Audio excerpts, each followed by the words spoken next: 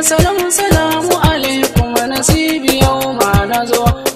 da wakar so ne ku banka mu in marzo ku bani kwarin gwiwa domin na zama togwarzo ina ba ku labari don ku yau nishadi zan so ku yi addu'a a garin wata ranni ba in taso a dinga tsala kwatance na afagen zancen so na haduwa da Amina garin Kano can birni na ce salamu alaikum ta amsa ta dube ne na ce yaya sunan ta kwarai cicif tabba ne na ce sunan amuwar su ta ce da ni tarauni na ce sabitu ne mai nasibi sunana ne ni dan garin Gombe ne yanzu haka ma canza ni na karbi nombar ta na ce Amina sai wata rana sannan na dauki jakata Amina na kallo na